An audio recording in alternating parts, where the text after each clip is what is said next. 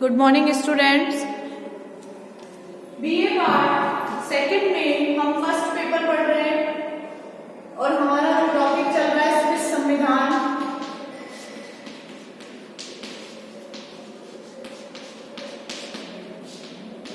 इसमें जो टॉपिक है वो है प्रत्यक्ष प्रजातंत्र।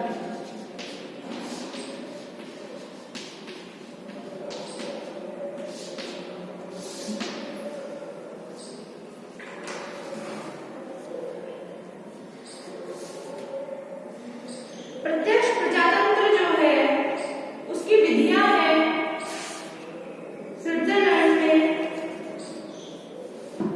लोकसभाएं, जनमत संग्रह और आरंभक। हमने जनमत संग्रह पढ़ लिए हैं, इसके बाद में अब हमारा है आरंभक। तो आरंभक में दो तरह के संशोधन होते हैं, आंशिक संशोधन और पूर्ण संशोधन। अब है इसके बाद आरंभक के गुण।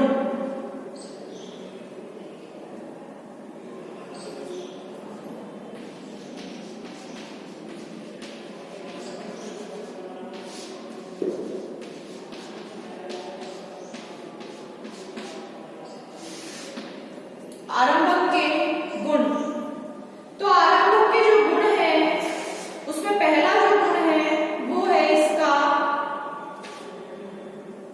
आरंभक द्वारा जनता जो है वो विधायिका को उन आवश्यक विधियों को पारित करने के लिए विवश करती है जिनकी वह उपेक्षा कर रही है।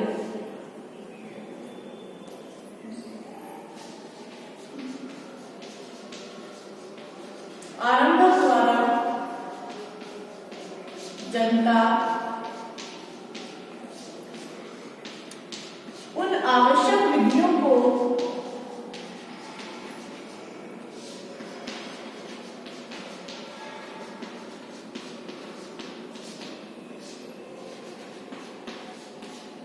आरंभक द्वारा जनता जो है वो उन आवश्यक विधियों को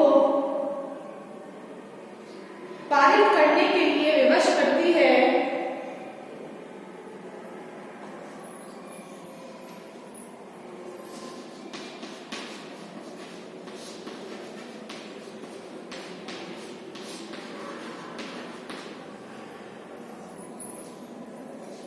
पारित करने के लिए विवश करती है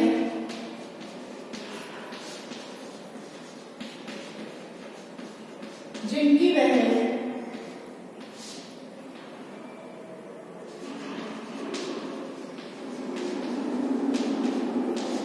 उपेक्षा करती है, जिनकी की सरकार जो है उपेक्षा करता है, शासन जिनकी उपेक्षा करता है, उन विधियों को पारित करने के लिए जनता जो है वो विधायिका को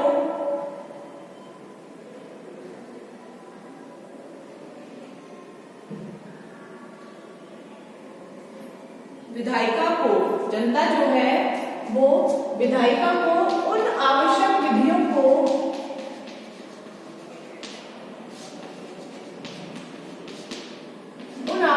को पारित करने के लिए विवश करती है जिनकी की वह उपेक्षा कर रही है। ये इसका पहला गुण है। दूसरा जो इसका गुण है वो ये है कि आरंभक द्वारा कभी कभी जनता उत्कृष्ट योजनाएं प्रस्तुत कर सकती है।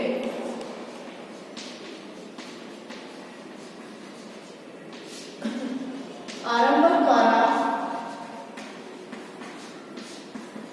कभी कभी जनता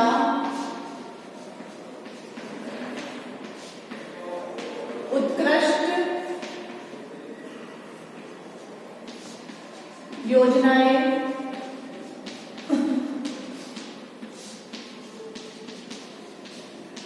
प्रस्तुत करती है। आरंभक द्वारा जो है वो जनता जो है वो कभी कभी उत्कृष्ट योजनाएं प्रस्तुत करती है। तीसरा है आरंभक द्वारा विधायिका अपने कर्तव्यों के प्रति सदैव सजग रहती है। तीसरा है आरंभक द्वारा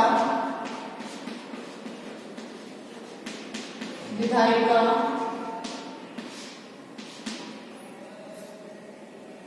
विधायिका जो है वो अपने कर्तव्यों के प्रति सदैव सजग रहती है।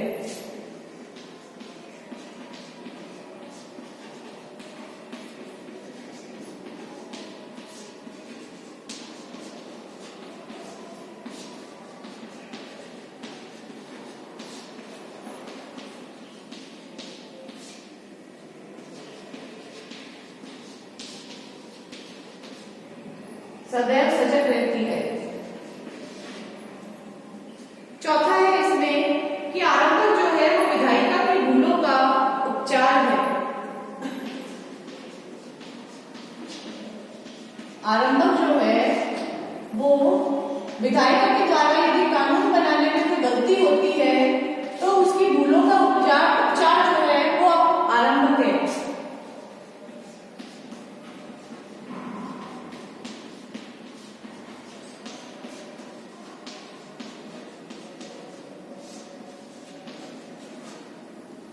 नोट कर लीजिए आप इसे, ये चार जो है गुण है आरंभक के, कि स्विट्जरलैंड के अंदर जो आरंभक है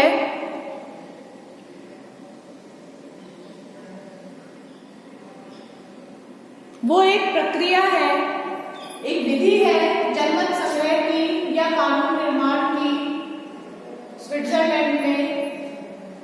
तो आरंभक के द्वारा जो है यदि विधायिका जो है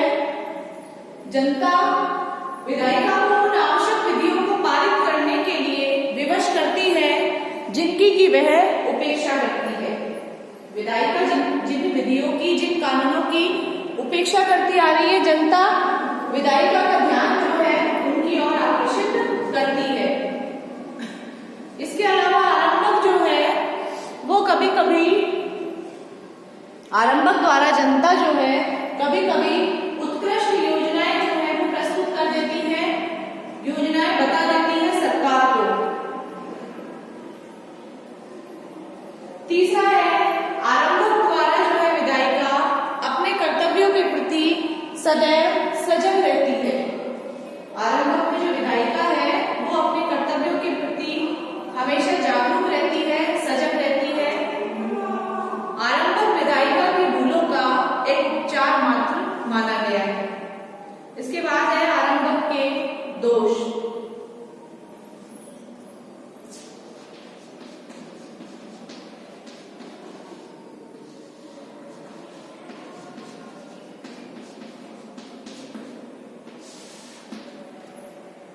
तो दोष के अंदर पहला जो दोष है ये है कि जनता में विधेयक का प्रारूप तैयार करने की योग्यता नहीं होती।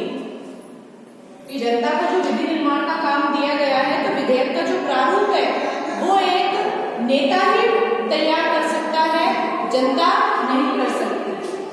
पहला है जनता में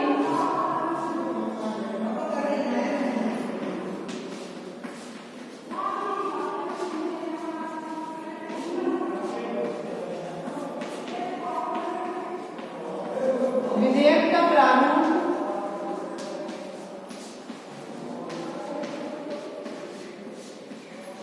तैयार करने की योग्यता नहीं होती।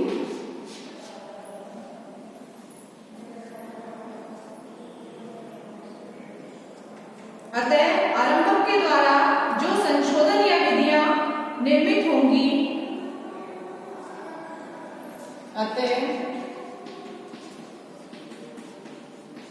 आरंभक के द्वारा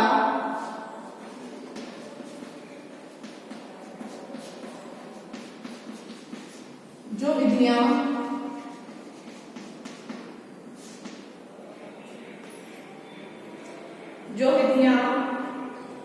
निर्मित होंगी वे जटिल एवं दोषपूर्ण होंगी।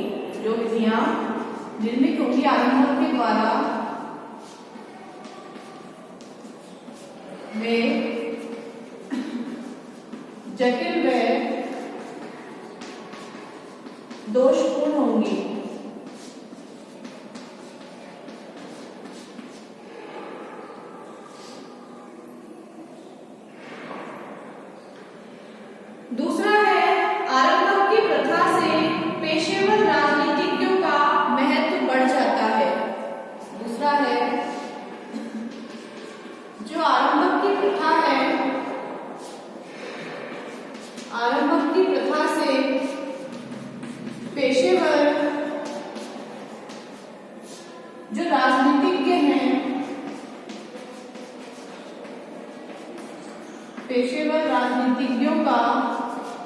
महत्व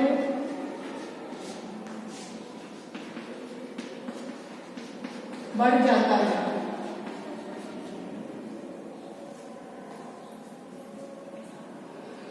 उन्हें जनता को भड़काने तथा गलत रास्ता बतलाने का अवसर मिल जाता है। उन्हें जनता को भड़काने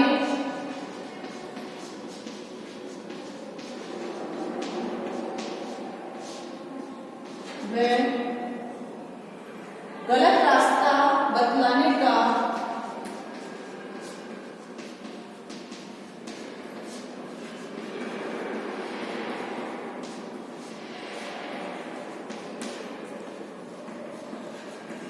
अवसर मिल जाता है।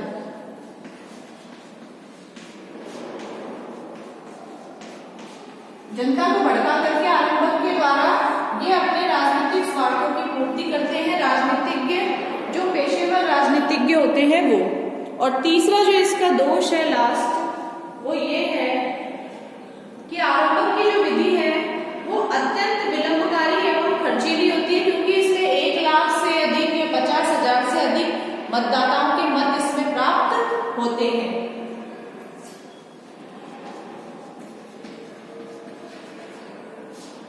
आरंभक की विधि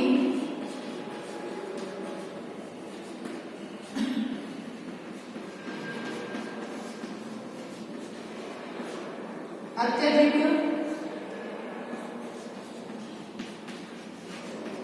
विलंबकारी व खर्चीली होती है। आरंभिक की जो विधि होती है वो अत्यधिक विलंबकारी और खर्चीली होती है ये विधि। तो ये है आरंभक के गुण व दोष।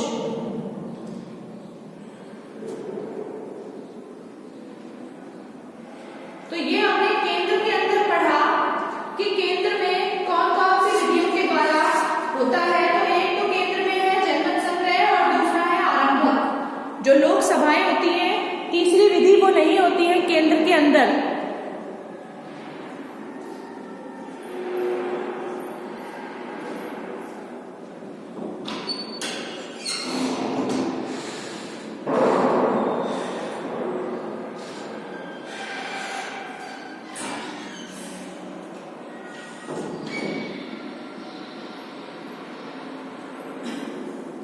नोट कर लीजिए आप इसे।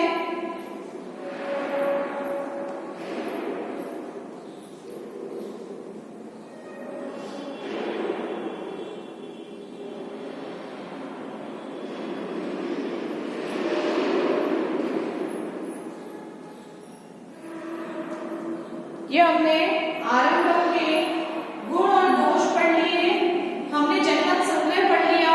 जनमत संग्रह की हमने जो प्रक्रिया है वो पढ़ ली। इसके बाद में हमने जनमत संग्रह के गुण और दोष पढ़ लिए, आरंभक के गुण और दोष पढ़ लिए। अब इसके बाद में है केंद्र के बाद है कैंटन यानी कि राज्य। तो कैंटनों में, स्विस कैंटनों में प्रत्यक्ष प्रजातंत्र किस तरीके से होता है वो हम पढ़ेंगे।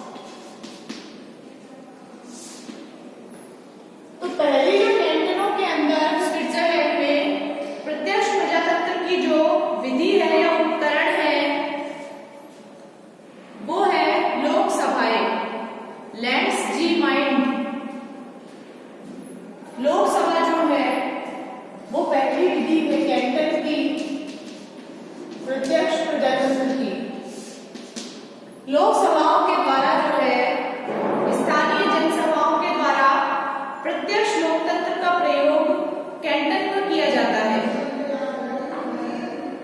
ऐसी जनसभाएं जो प्रत्यक्ष रूप से कैंटनों के शासन कार्य में भाग लेती हैं, इस समय स्विट्जरलैंड के एक पूर्ण कैंटन और 4 अर्ध कैंटनों, पूर्ण कैंटन है ग्लेरस और अर्ध कैंटन है ओबवाल्डेन, नेडवाल्डेन, इनर अपर जेम, आउटर अपर जेम, इनमें कार्यरत है।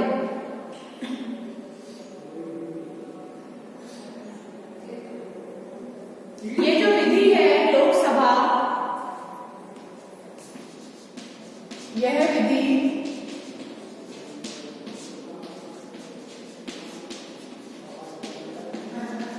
स्विट्जरलैंड के एक पूर्ण कैंटन यानी पूर्ण राज्य जो है वो कौन है, ग्लेरस। ये याद कर लेना आप, ये 2 नंबर में भी आपके आ सकता है, ग्लेरस और 4 अर्ध कैंटन।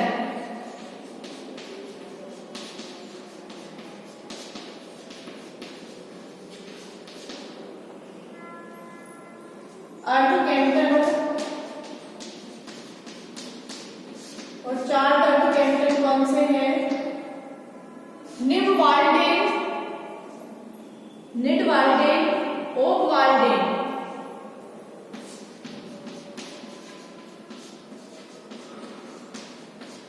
ओबवाल्डेन, निडवाल्डेन, इनर अपर जेम,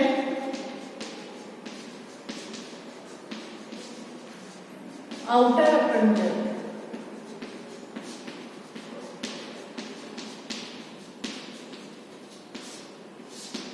तो ये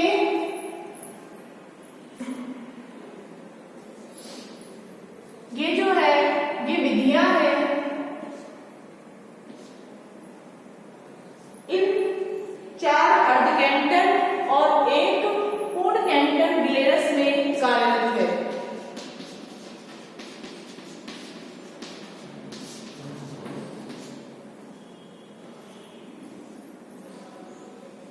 इन जनसभाओं का जो रूप होता है वो स्वतंत्र नागरिकों की राजनीतिक सभाओं का होता है, जो प्रतिवर्ष निर्वाचित अध्यक्ष की अध्यक्षता में खुले में होती है। प्रत्येक वयस्क जो है पुरुष नागरिक को जनसभा की बैठक में भाग लेने, बोलने व मत देने का अधिकार होता है। पूरे समाज की राजनीतिक सत्ता इस सभा में निहित रहती है और वह पूर्ण प्रभुत्व संपन्न होती है। वह कानून बनाती है तथा कानूनों का पुष्टिकरण करती है। वह अनेक उपयोगी प्रस्ताव पारित करती है तथा वित्त एवं अन्य सार्वजनिक कार्यों के विषय में महत्वपूर्ण निर्णय भी लेती है।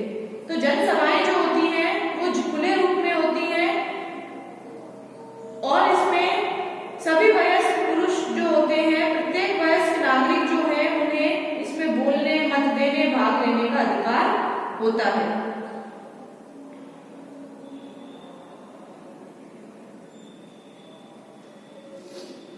इसके बाद में है जनमत संग्रह। दूसरी जो इसमें विधि है वो है जनमत संग्रह। ये केंद्र में भी है और राज्यों में भी है।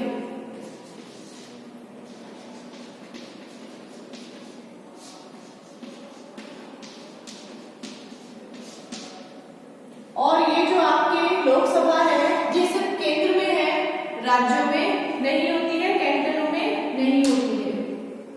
तो जनमत संग्रह में वही है कि जनता के बीच में कोई भी कानून डाल दिया जाता है और उस कानून पर वोटिंग होती है। तो ये जो व्यवस्था की गई है साधारण विधियों के लिए भी 9 कैंटन और 1 अर्ध कैंटन में ये व्यवस्था की गई है अच्छी जनमत संग्रह की। सभी कैंटनों में संविधान के संशोधन के लिए जो है वो जनमत संग्रह अनिवार्य होता है और इसकी व्यवस्था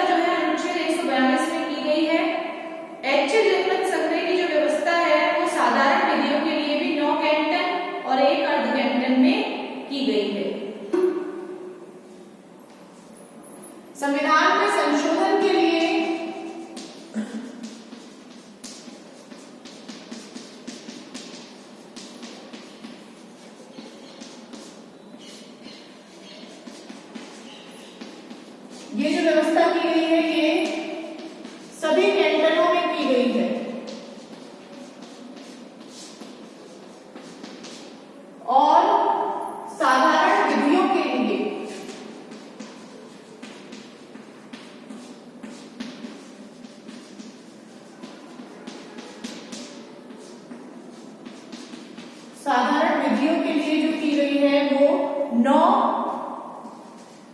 9 तो इसमें अर्ध कैंटन है और 9 कैंटनों में की गई है, पूर्ण कैंटन और एक अर्ध कैंटन में। 9 कैंटनों व एक अर्ध कैंटन में की गई है।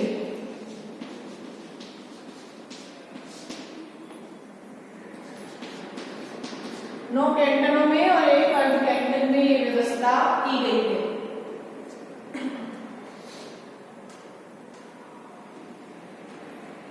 तीसरा है इसमें आरंभक। तीसरी जो विधि है कैंटनों में वो भी है आरंभक।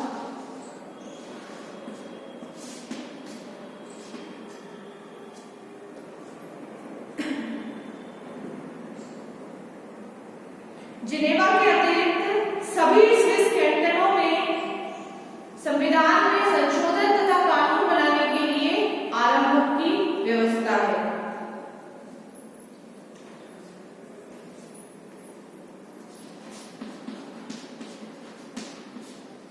जिनेवा को छोड़कर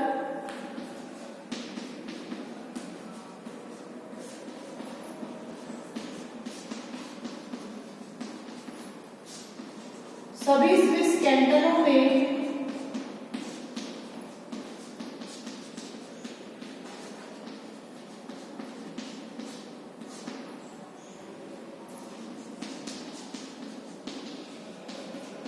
संविधान में संशोधन व साधारण विधि निर्माण जो होता है वह विधि निर्माण के लिए आरंभक की व्यवस्था है।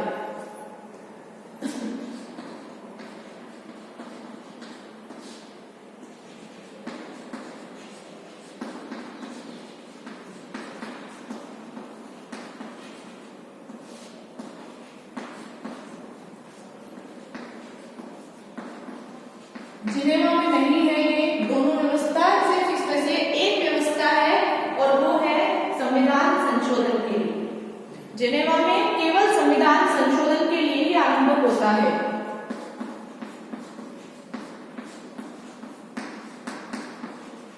जिनेवा में केवल संविधान संशोधन के लिए ही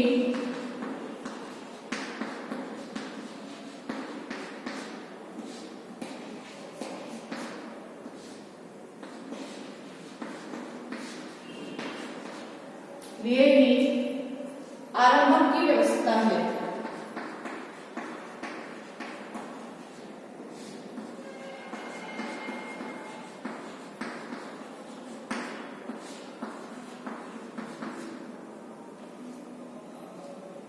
तो कैंटनों के अंदर ये 3 तरह की जो व्यवस्थाएं हैं वो प्रत्यक्ष प्रजातंत्र के अंदर लोकतंत्र के अंतर्गत पाई जाती हैं। पहली है इसमें लोकसभाएं, दूसरा है इसमें जनमत संग्रह और तीसरी है इसमें आरंभक। तो ये तीनों ही व्यवस्थाओं के द्वारा स्विट्जरलैंड में जो कैंटन है, राज्य है, उनके अंदर कानून का निर्माण और संशोधन होता है।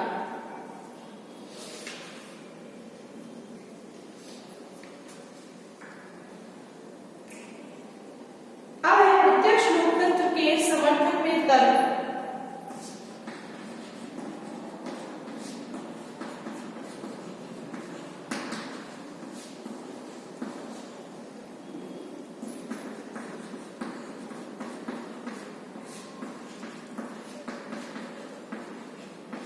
प्रत्यक्ष लोकतंत्र के समर्थन में क्या क्या तर्क दिए गए हैं। पहला जो तर्क दिया गया है वो ये है कि लोकतंत्र का विशुद्धतम रूप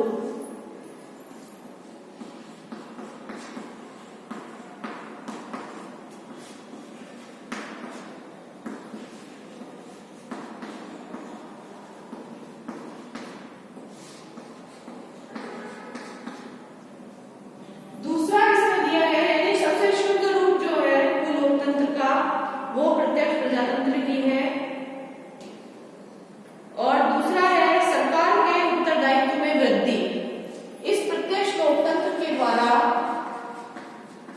सरकार के उत्तरदायित्व यानी जिम्मेदारी जो है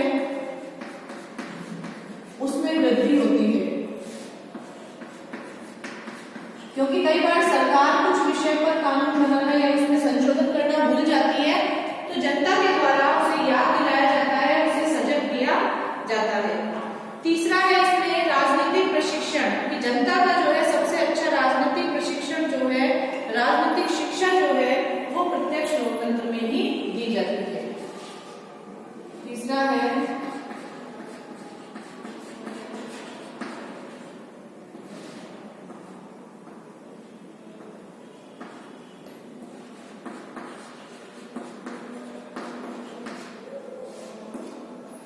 राजनीतिक प्रशिक्षण। चौथा है इसके अंदर नागरिक स्वाभिमान की भावना जागृत होना।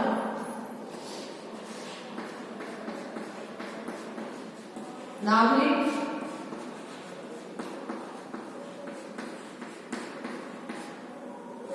स्वाभिमान की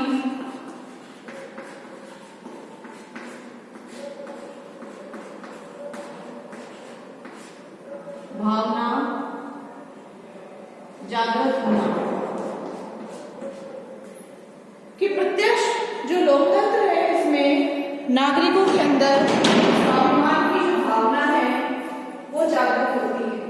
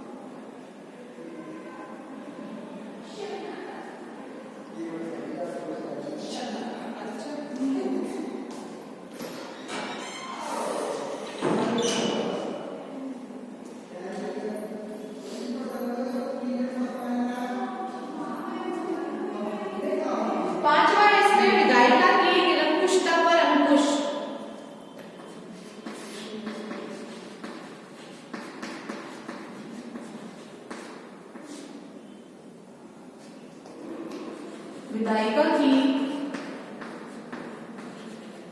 निरंकुशता पर अंकुश। किस कानून जो है विधायिका यानी व्यवस्थापिका अपने मन के अकॉर्डिंग कानून नहीं बना सकती है, क्योंकि जनता जो है उसमें जनमत संग्रह आरंभ और लोकसभाएं करके उसे रद्द कर सकती है। और लास्ट है इसमें दोहरा लाभ। छठा है दोहरा लाभ, कि प्रत्यक्ष प्रजातंत्र की जो विधि है इसके द्वारा दोहरा लाभ प्राप्त होता है, कि जनता के विरुद्ध जनमत संग्रह जो है वो विधानमंडल की निरंकुशता को रोकने का कार्य करता है, और आरंभक जो है वो विधानमंडल की जो गलतियां हैं, भूल है, उनका उपचार करता है। नोट कर लीजिए आप इसे। प्रत्यक्ष प्रजातंत्र जो है स्विट्जरलैंड के अंदर वो पढ़ रहे हैं हम, लोकसभा, जनमत संग्रह और आरंभ।